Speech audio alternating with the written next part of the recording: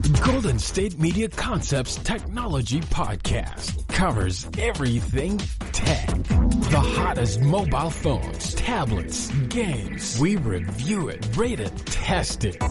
Whether you're Microsoft or Apple, Android or iPhone, we'll give it to you black and white. The Golden State Media Concepts Technology Podcast.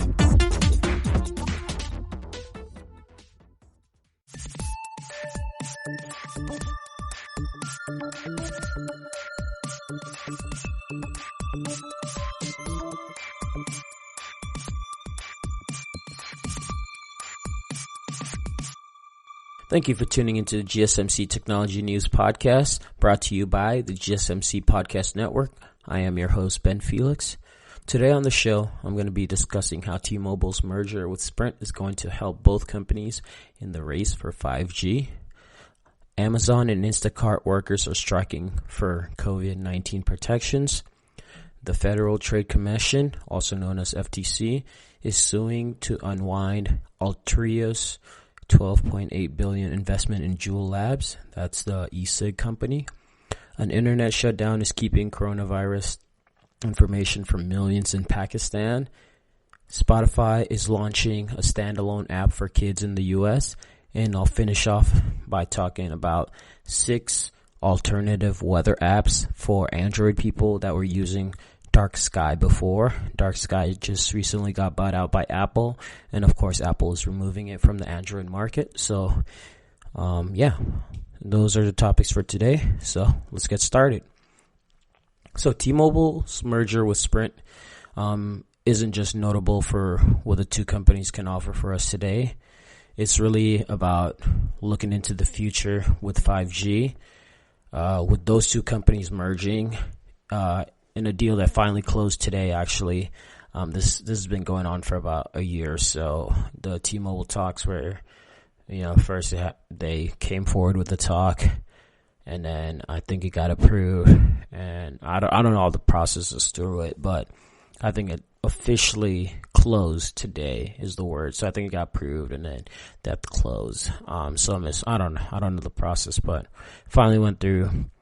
But T-Mobile gets its hand on mid-band spectrum, and this is a wireless airwaves coveted by carriers for their ability to boost speeds while still working indoors, something the widely deployed low-band and millimeter wave 5G networks can't do. T-Mobile and Sprint customers who for years, have had to endure having the reputation of being the lesser phone companies compared to AT&T and Verizon may finally have an upper hand. And this is kind of exciting to me personally because I'm one of those people that has T-Mobile.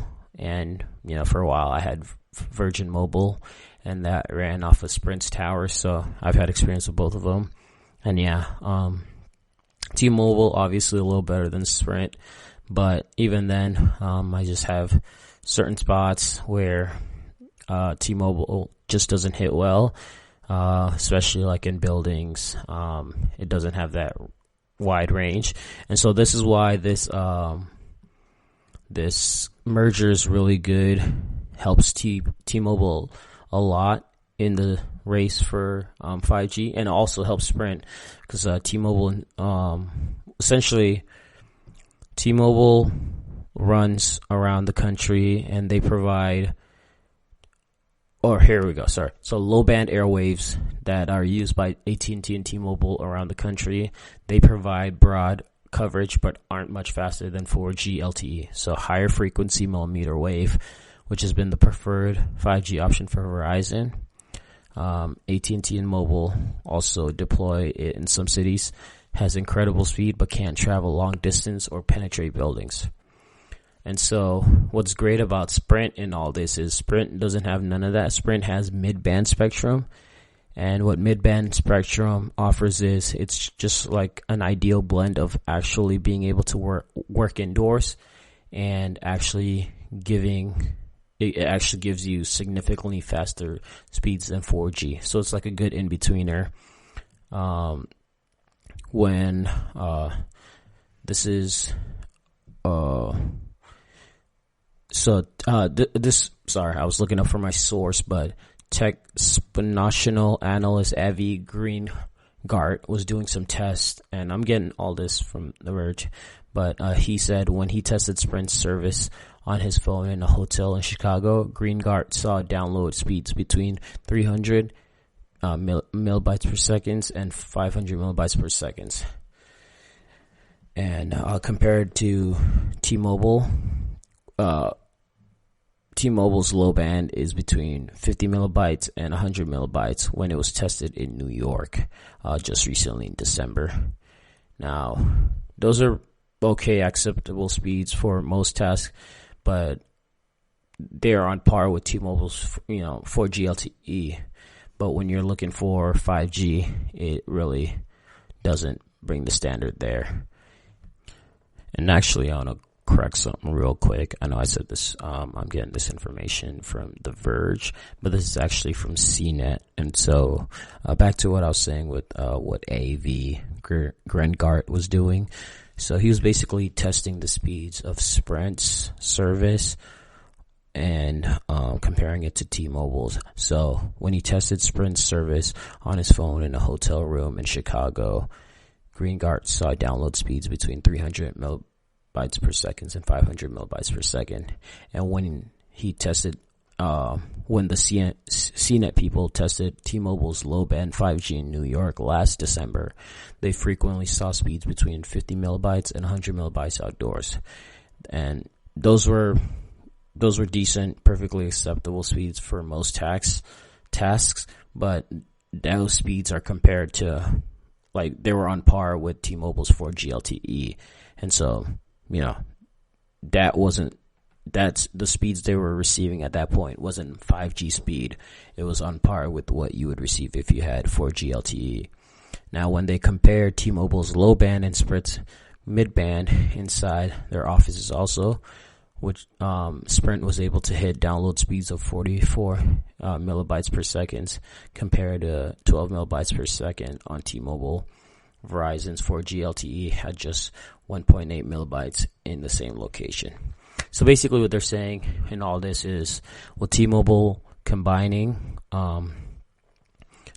and Sprint combining, you see how Sprint does a great job of giving you good speed when you're inside buildings and all, but just like general speed overall, in like a broad area, when you're outdoor, you're not getting speed quickly, as where T-Mobile excels at that little better.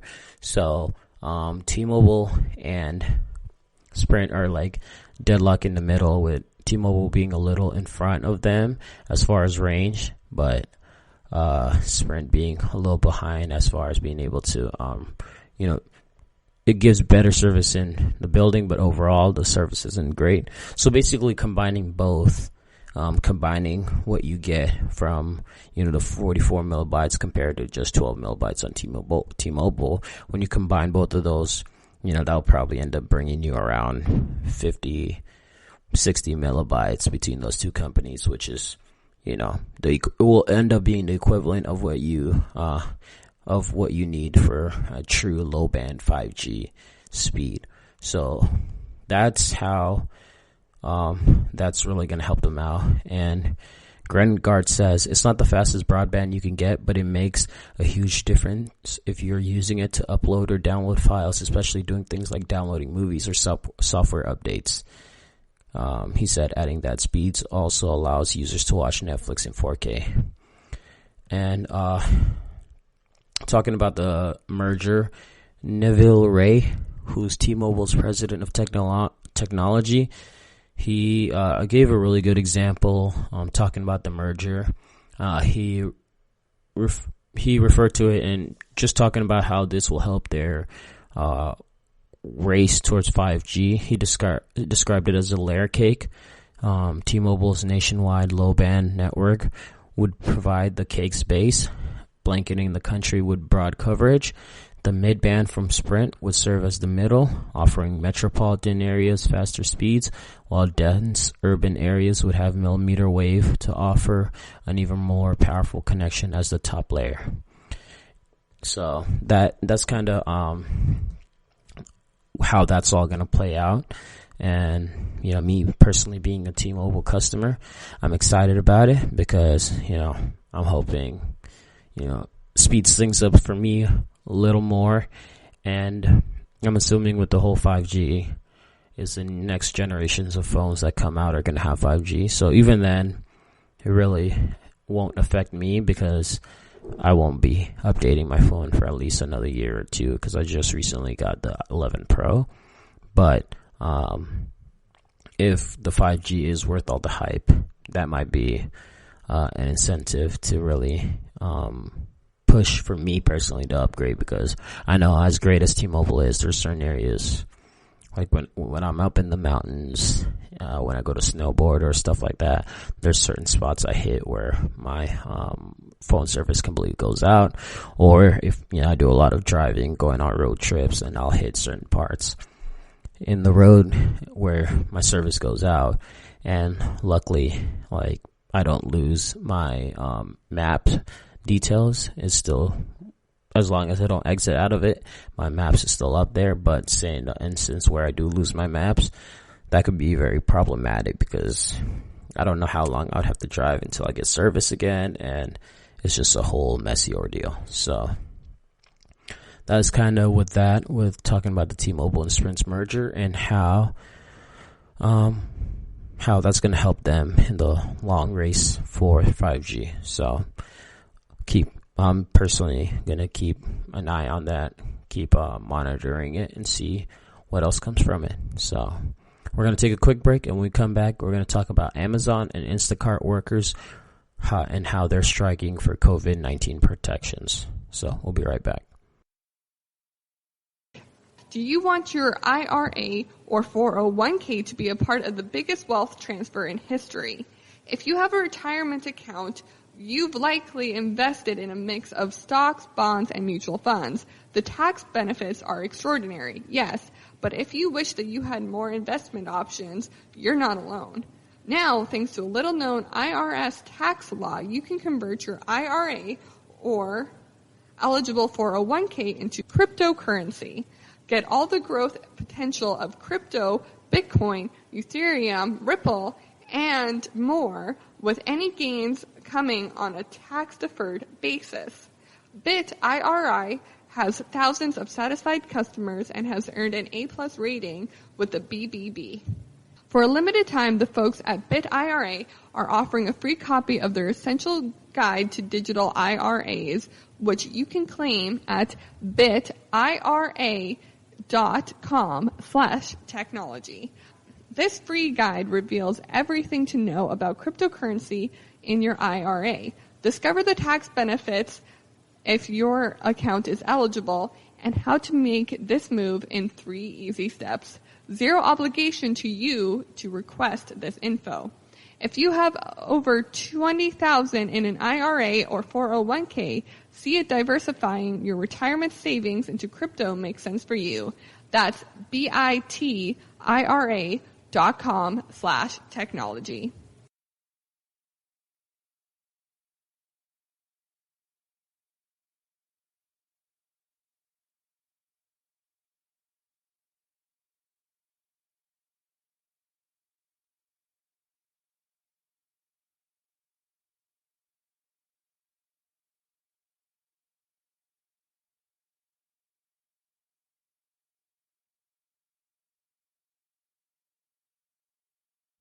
Do you work in the world of marketing and advertising? Are you a media buyer or the owner of an agency? Have you been looking for a podcast to help stay on top of all the goings-on of those worlds? The GSMC Marketing News Podcast is dedicated to keeping you up to date on all things concerning marketing and advertising. Get the latest marketing news, from what major businesses have planned for the coming year to the newest trends in advertising, from podcasts, digital and streaming, to the old standbys of radio, television, and billboards. The GSMC Marketing News Podcast has you covered, whether you're a marketing agent or a business trying to expand your brand.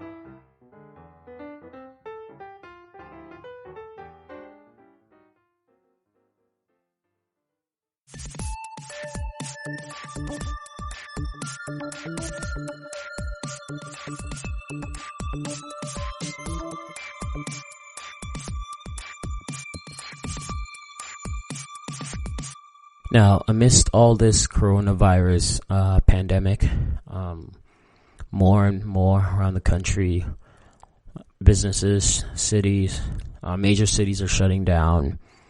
The first example we have is, the worst cases is between New York and Los Angeles.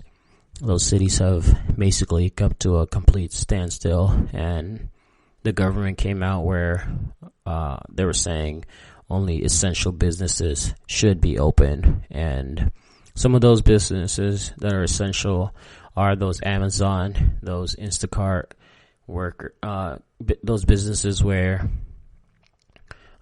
you have people that, if you don't want to go get your own groceries and all that, you have people that shop for you, come, and then you get your groceries delivered. And so that's one service that Amazon and both Instacart offers, Amazon owning Whole Foods. But basically, in the past couple of weeks, many of these essential workers, especially at Amazon, Instacart, and Amazon specifically, because Amazon, billion-dollar company owned by Jeff Bezos, richest man in the world, and those workers have just really been going through it, and they're essentially putting their lives on the line, working amidst all this pandemic. They are essential workers, but they feel like they need to be guaranteed just more benefits. And so I'm going to get a little more into the story, but kind of just setting it up. So some Amazon warehouse workers in Staten Island and Instacart grocery delivery workers nationwide walked off their jobs on Monday. They were demanding stepped up protection and pay as they continue to work, while much of the country is asked to isolate as the coronavirus, just the numbers keep skyrocketing, and things are rough out here, and so a lot of us are staying at home, but those people are still having to work. And through all this has really just been rough. The protests, they came as both Amazon and Instacart employees have said they plan to hire tens of thousands of new workers. Or no. So not the workers, but the company. Both Amazon and Instacart have said they plan to hire tens of thousands of new workers. Online shopping and grocery home delivery are skyrocketing as much of the nation is, hunkering down and staying their butts home. And for the most part, a lot of people are following orders and recommendations from federal and local governments. So essentially, it's like, okay, Amazon, if you're requesting the, looking to hire thousands and thousands of people, you're looking to increase your employment side. That's cool and all, but at the same time, you should also be working to reassure these people that say, on the off chance they do get the coronavirus or all. But it's just basically these people are out here risking their lives. A lot of them, a lot of the people you're going to be hiring, especially, they are coming from, they just got let go of their jobs.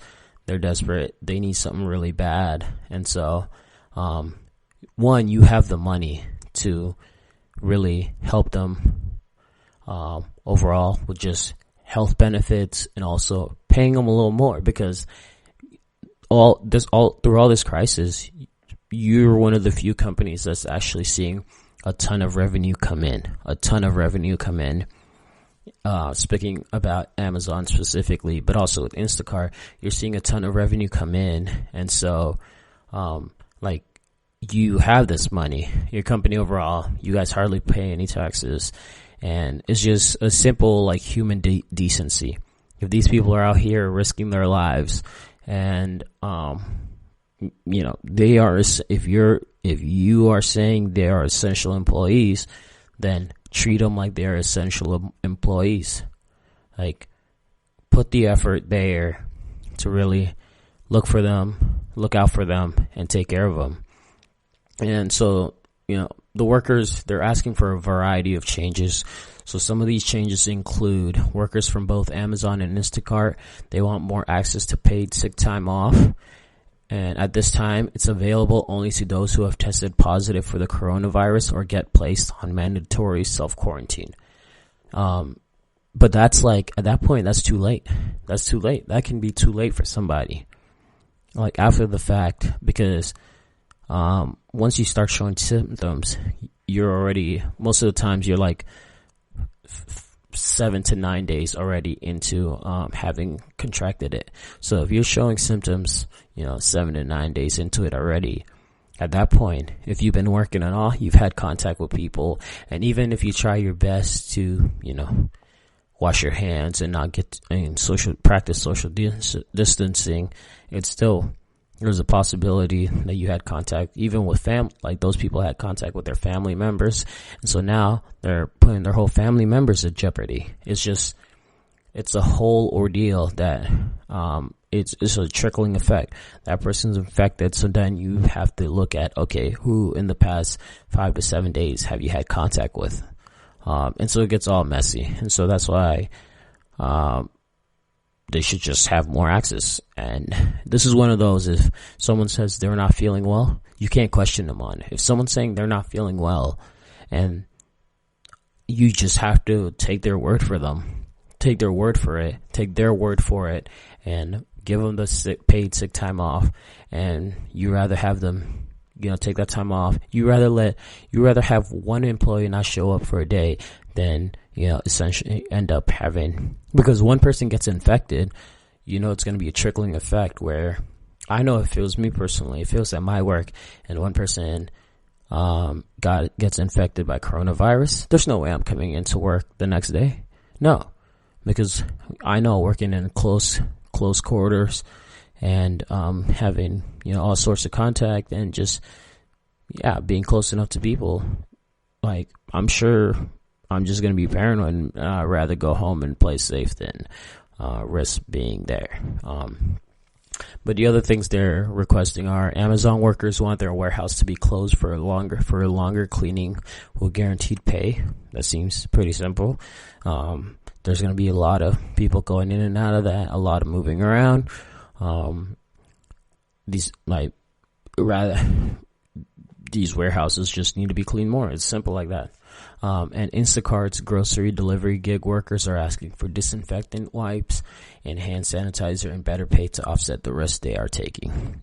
So it's a pretty simple request, I think, personally.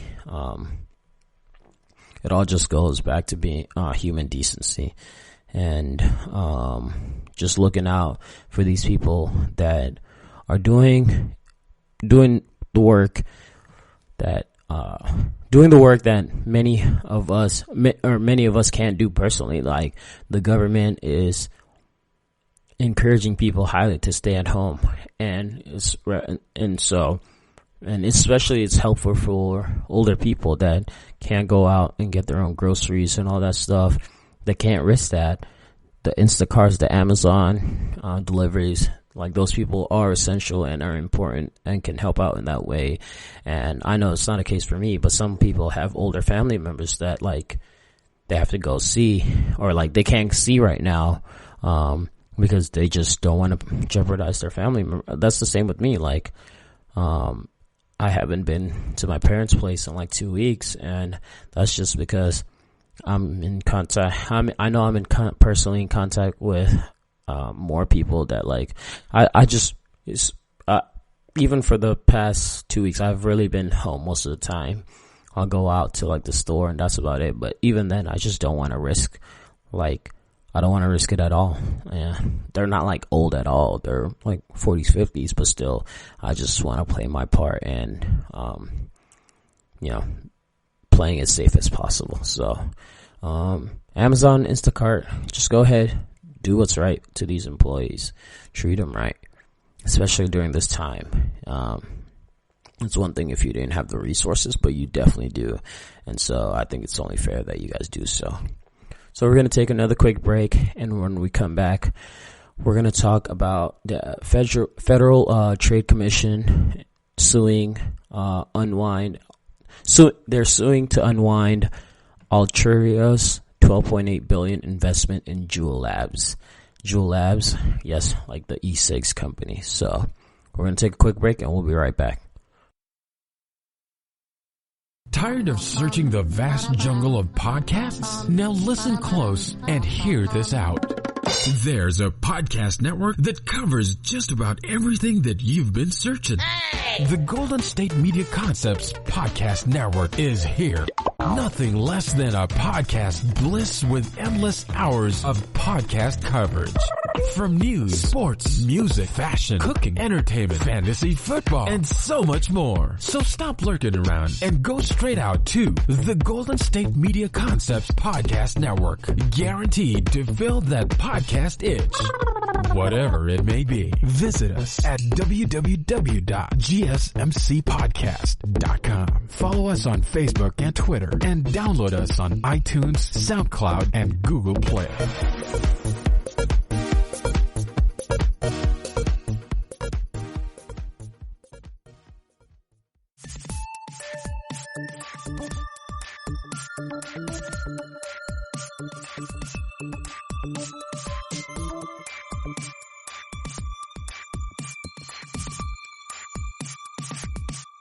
Welcome back to the GSMC Technology News Podcast. Now, last segment, we talked about Amazon and Instacart workers striking for COVID-19 protections.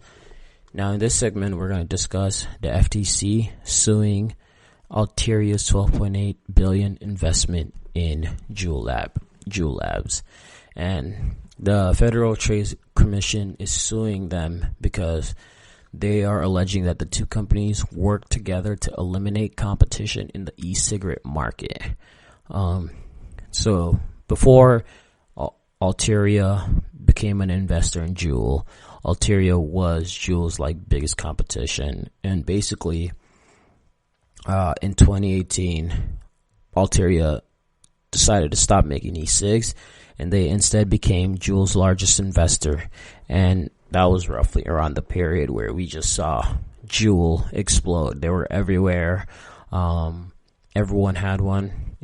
Especially at that point, I was still in college. And so you go to any college event, and even it was bad because I was in college, but I was also worked with youth high school students. I worked in a youth ministry. And so I interacted with a lot of high school and middle school kids, and there was a ton of kids in high school and middle school that I knew were using Juuls also. So just around 2018, that's when it really blew. And part of that is Alteria deciding to not be a competition to Juul anymore and instead joining them, and they essentially formed a monopoly. Now, Alteria and Juul, they turned from competitors to collaborators by eliminating competition and sharing in Juul's profits, said Ian Connor, and he was the director of the Bureau of Competition in a statement. Alteria used its leverage as a top tobacco company to secure favorable shelf space for Juul's products in stores across the United States, the FTC alleged. And this relationship helped Juul become the top e-cigarette brand in the country, as I was saying earlier. And that's the same thing the commission is stating also, or claiming. And Juul has yet to respond to that. And last August, the Wall Street Journal, they reported that the FTC was investigating Juul over its marketing practices, including how it marketed its products to minors over social media. Last October, Alteria confirmed that it was also under investigation by the commission over its relationship with Juul. And so this was all last year, between August and October, and then now, officially the FTC's making their moves, going after them to sue them. And I think it's the right thing to do. Personally, I think just going into it, the whole e-cig thing was a mess. The companies, how they came about it, and how they were marketing it.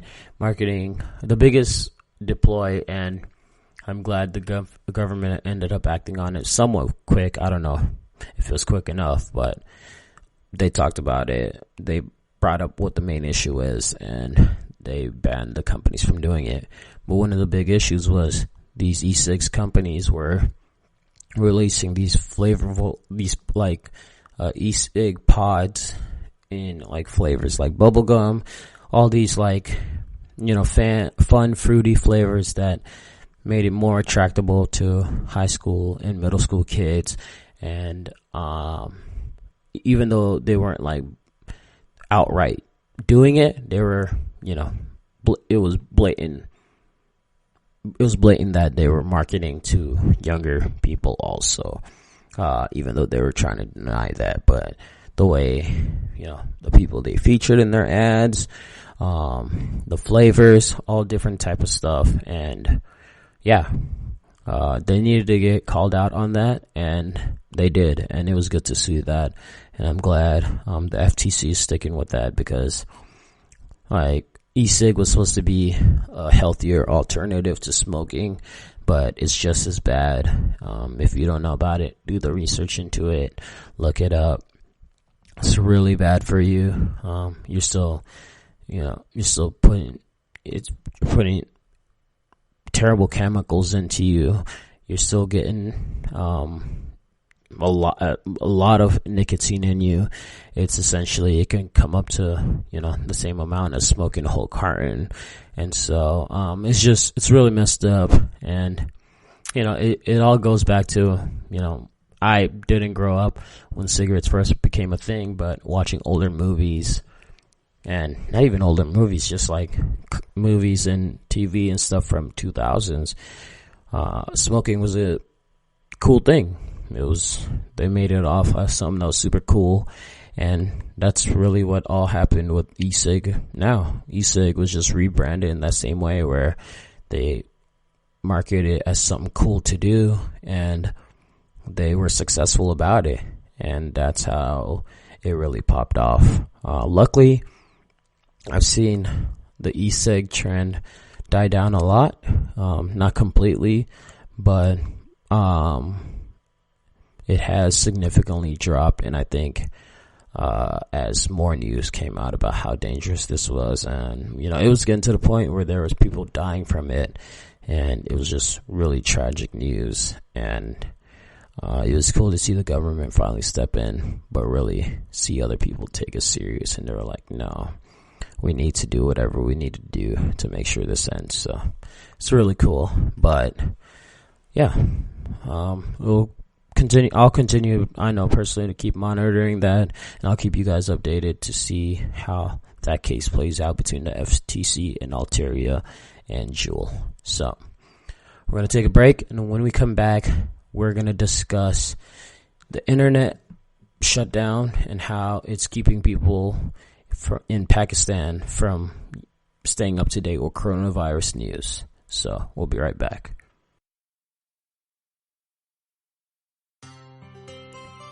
Are you a business owner? Someone interested in the latest news that might affect your business? Then check out the GSMC Business News Podcast, a show dedicated to keeping you up to date on all things concerning business, technology, and the stock market.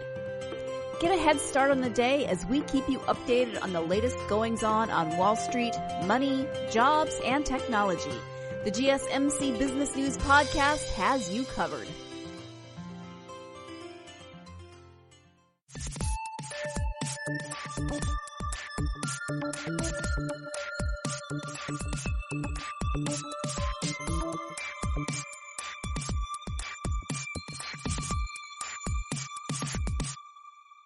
Welcome back.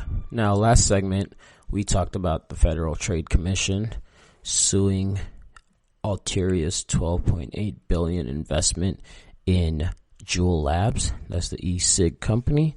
And in this segment, we're going to be talking about an internet shutdown, about how an internet shutdown is keeping coronavirus from millions in Pakistan.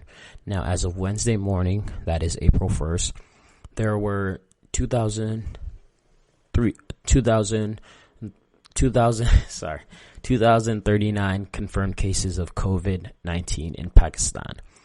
And like elsewhere in the world, authorities in Pakistan are attempting several measures to contain the spread of the virus, including a partial lockdown and deployment of armed forces on the streets and in public places. Because Pakistan's healthcare facilities would not be able to keep up with the outbreak, the government is also asking their citizens to maintain social distancing and is running awareness campaigns on social media to emphasize the need to adopt precautions. Now, the streets that were always swarmed with crowds, no matter the time of the day, they're now completely empty, as many streets around the world are right now. I remember seeing some of the videos of LA, and that was super eerie, where the whole place is basically just shut down, and streets were completely empty. But real quick, I want to give credit to this story. It's by Hijah Cameron of Slate. Make sure I want to give proper respect to the story. But going back to the story, those who lived in the formerly federally administered tribal area are largely unaware of the gravity of the situation, and that's because the internet was suspended there in June 2016 in the wake of an armed clash between security forces at the Pakistan-Afghanistan border. So the federal administrated tribal area is a tribal region in northwestern Pakistan and had semi-autonomous status until May 2018, when it was merged with the neighboring province of Khyber Pakhtunkhwa. And though it's now technically part of Khyber Pakhtunkhwa, two things have changed. It's still popularly known as Fatah, and its people still do not receive equal treatment they are entitled to under the Constitution of Pakistan. The internet that was shut down almost 4 years ago has not been restored, restricting people's access to information even as the world deals with a pandemic. So there's this northern region of Pakistan that has no internet at all, and that's a really scary thing, especially during this time when you do have a pandemic like this, because like just with all this going on, I couldn't imagine, like even if something like this was to happen in the 2000s, it would be crazy. That's the one nice thing about all this, because like when you think about it, with when the recession happened and all the other diseases that have happened in history, is just like, what did people do when they're at home? Like, I'm lucky right now where I'm sitting here, I'm recording this podcast, I'm recording on my laptop, I have my iPad next to me, where I have my notes and stuff. I have a Mac to the right of me, a Mac laptop to the right of me, and to the left of me I also have my TV up, where I was just watching The Office as I was preparing for this. So like, I have all forms of technology around me, and the best way I've been staying in touch with all this is through the internet. The internet's where I've been getting all my information for, what's going on with the disease or with the virus, how it's spreading, where it's spreading, what the federal, the state government, all those important information. And so the fact that there's this region that, for going on to 2 years now, they've had no internet over there. And especially in the middle of like now, when we have this global pandemic going on and they still don't have internet, this is very terrible. This is bad news. And I mean, something needs to be done about it, but obviously, like, that comes down to the Pakistani government. And so basically, as the coronavirus spreads across the world, the internet is a primary platform to share news and communicate precautions. Like I was saying, governments are using it to connect with their citizens, and people are using it to access and demand healthcare services for their communities. But the reality is very different for the 3.7 million residents of Fatah. That's an enormous number. That's an enormous number of people that are sitting there in the blind, not knowing what's going on. And they're basically having to trust whatever's being relayed to them through word of mouth or the government. And that's one of the scary things where, at that case, like, you have complete control over those people, and you could feed them whatever lies you want, or you can not tell them the full truth. And that can be very problematic because, you know, people might hear one thing and, the government doesn't seem to be making a big deal out of it. So they'll go act accordingly, go with their normal day. And that's when people get infected and these situations escalate. So it's all just a sticky situation. It's really complicated and super convoluted.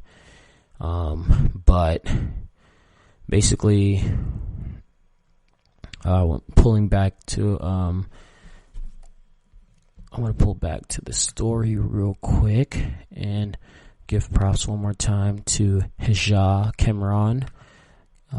Saw a story from him on Slate, and he talks about, as the coronavirus spreads across the world, the internet is a primary place to share news and communicate precautions. I already talked about that.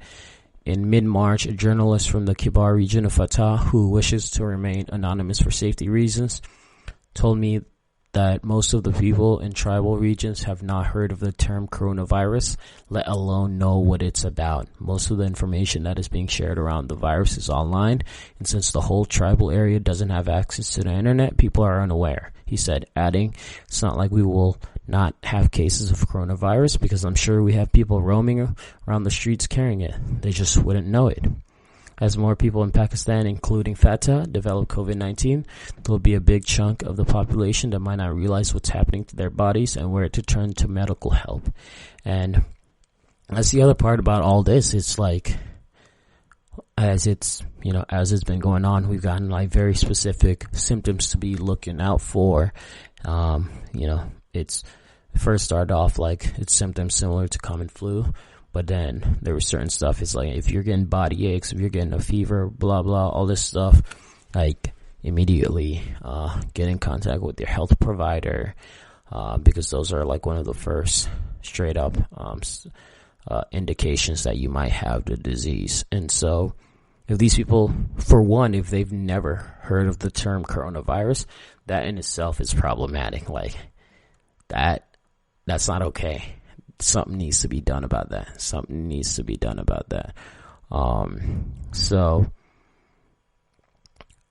it'll be interesting to see what happens. As of now, nothing's changed there. They're just still kind of going in the wind. And I think even if something does eventually get done, it's probably going to end up being after all this, which really sucks for those people, that they have to live in the blind, not knowing what's going on. And, so I just, hope the best for them and hope like the government steps up and does something in a way to help them get the correct information they need and educate them, because that's the most important thing during this crisis, is making sure people are getting educated, the correct information about the virus, so they're able to take it serious and also get the proper help they need. So we're going to take another break, and when we come back, we're going to talk about Spotify launching a standalone app for kids in the U.S. Are you looking for a podcast that gives you all of the latest news from the world of finance? Then check out the GSMC Financial News Podcast. We'll delve into the ups and downs of the stock market, changes in the economy, and news from the world of real estate and technology. From breaking news on the New York Stock Exchange, NASDAQ, or the overseas market, to updates on the bond market, if there's money to be made, we'll cover it on the GSMC Financial News Podcast.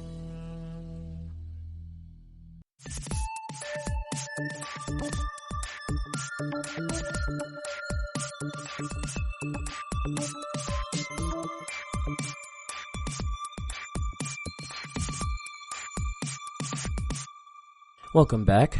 last segment we discussed how there's a portion of Pakistan where 3.7 million people live there, and they have zero access to the internet right now. They haven't had it for a couple years, and this is amidst the coronavirus pandemic, and there's already 2,000 people in Pakistan that have had the disease, so it's just a whole mess in Pakistan right now with dealing with the ordeal. But I mean, U.S. is not one to talk either because we have our own problems to talk about. But keeping things moving on, in this segment we're going to be talking about Spotify launching a standalone app for kids in the U.S. Now, when I saw this story, I immediately loved it because, one, I don't know why it's taken this long. It should have been a thing already, but I guess last year Spotify began testing a family-friendly version of its app for premium customers in select countries. And now, with more kids obviously spending time at home, Spotify has decided to officially launch the Spotify Kids app in the U.S., and it comes complete with a wash your hands playlist that offers youngsters hygiene tips in the age of coronavirus, which is, that's just the current climate we are living in. And I think this is very important because, like I mentioned earlier, I've worked with, in the past few years, I've been working with middle school students and high school students, and it's in a climate where, we have a bunch of different kids that come in, and, we do a lot of interactive activities with them where we're playing different games, or we have different activities going on. So we need background music or just music in general. Kids like to dance, have fun, all that. So we'll play different games for them or different music for them. And one of the things I became good at is just I'd be spending hours scouring through Spotify, and I'd be looking up song lyrics, doing this and that, going through all these troubles, trying to make sure I'm finding clean versions of songs to play. Just because Spotify for me personally, it's great, but nitpicking through it, trying to find certain songs that are clean, to what extent, and all that is just such a hassle. And even through some of the playlists I look through some of the curated playlists Spotify has for kids, a lot of the songs are just repeated, and so it's super unhelpful. So I think that them launching this app will help towards that, where I can go straight to this app and it'll have content I know that it'll be appropriate for kids. And I think that's the other interesting thing about it. When they say kids, I guess, what age range is that? Is it going to be a lot of Disney Playhouse and all that stuff, or will we have Disney Playhouse, and then is it also going to be Kids Bop stuff? So it'll be interesting to see what kind of, to what certain extent range of music is going to be on there specifically. Now, Spotify announced Tuesday that the family-friendly app has been bolstered with 30% more content, including 8,000 songs, playlists, and stories to keep kids' attentions. Now, at a time when so many kids are home from school, we're bringing the experience to even more people as the app rolls out in the U.S., Canada, and France, Spotify said in a blog post. And I do think this is a really good time for them to roll this out, obviously. Kids being home and annoying the crap out of their parents. This will be really helpful for both parents and kids, and I think especially younger kids, sometimes you just want to dance and all that, and this will be a good way, something that as kids themselves are getting more tech savvy, I think this will be an easy thing where, for parents, you don't have to worry about your kid, even if you set them a playlist on regular Spotify, kids are smart enough where they could just click around and stuff like that and end up listening to other stuff you don't want them to listen to. So if this is all going to be on an app that's completely curated for them, I think it's going to that takes a lot of stress off the parents, and which will be nice. So The app will also have a focus on educational content. There's a playlist hub called Learning Has Entertainment, intent on teaching kids the alphabet, how to count, and subjects like science. Spotify will also add a playlist with songs that teach kids to cough and sneeze into their elbows, as well as other hygiene best practices. For bedtime, there will be lullabies and very soothing sounds that parents can play for their toddlers to help their toddlers go to sleep. And there are going to be mainstream music options, free expletives,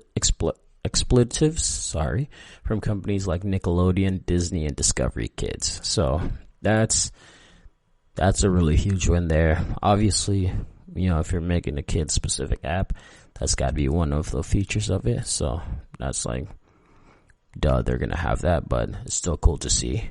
Now, the access to the app, it's going to be bundled in Spotify's premium family plan, which the premium plan costs $14.99 for up to 6 people who reside at the same address. And a standard premium account is $9.99 for one person.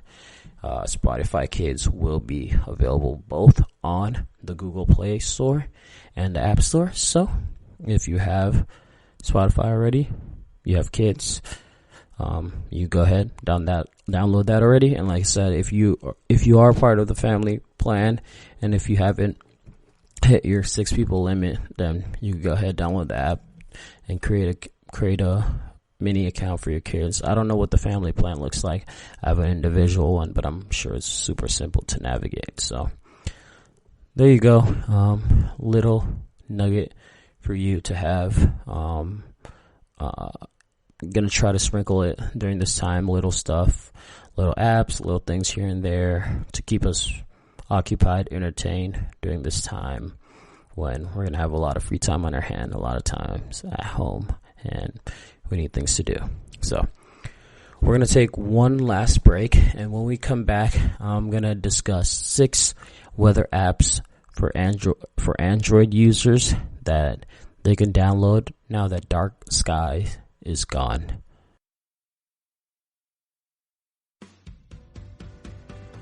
The Golden State Media Concepts Travel Podcast, the show that gives you advice on everything travel. We explore places you've always wanted to go, as well as giving tips for traveling in those places. We'll give you advice on the best sites for travel tips, information, and discounts. Join us as we travel the world, explore cultures, and meet new people. The Golden State Media Concepts Travel Podcast has got you covered. Download the GSMC Travel Podcast on iTunes, Stitcher, SoundCloud, Google Play, or anywhere you find podcasts. Just type GSMC in the search bar.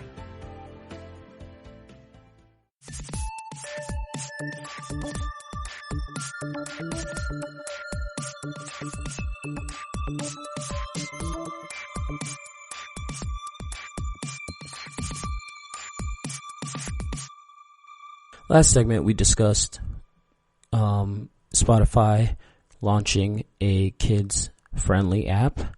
And in this segment, we're going to be discussing 6 dark sky alternatives for Android weather watchers. Now, I saw this story a few days ago when I was doing the research for Monday's podcast. And I didn't think it was significant at the time. But as I read more about it, and then I saw this article about it, I figured this will be a good finishing off point, and also a good way for me to show some love to the Android people, even though I don't really, associate with y'all. I'm all iPhone, but I know the weather app for me is one of the most important apps on my phone. I use it literally every day. Even if I'm just, even during this quarantine stage where mainly spending time at home, I know I'm still using it a lot. Using it just because, Sunday, Monday, we were hitting the 80s, 90s, and then today we got back down to the 50s. So super important using the weather app. And I personally use the Weather Channel. I haven't like try to dabble with some of the other weather apps, because the Weather Channel is one of the best out there and it works really well for me.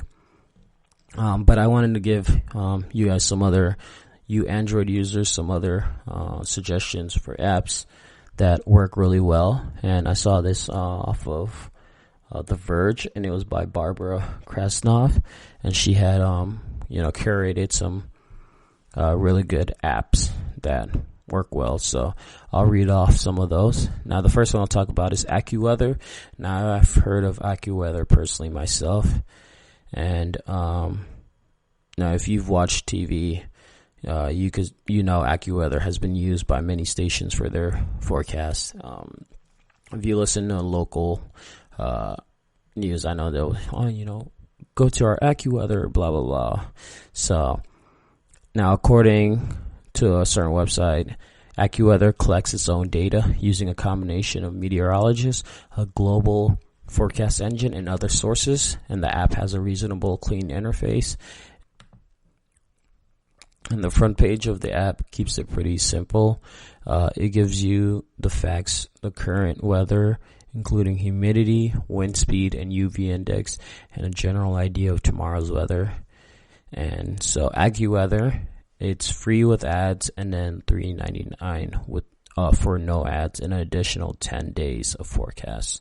So if you really want to look ahead, there you go, AccuWeather.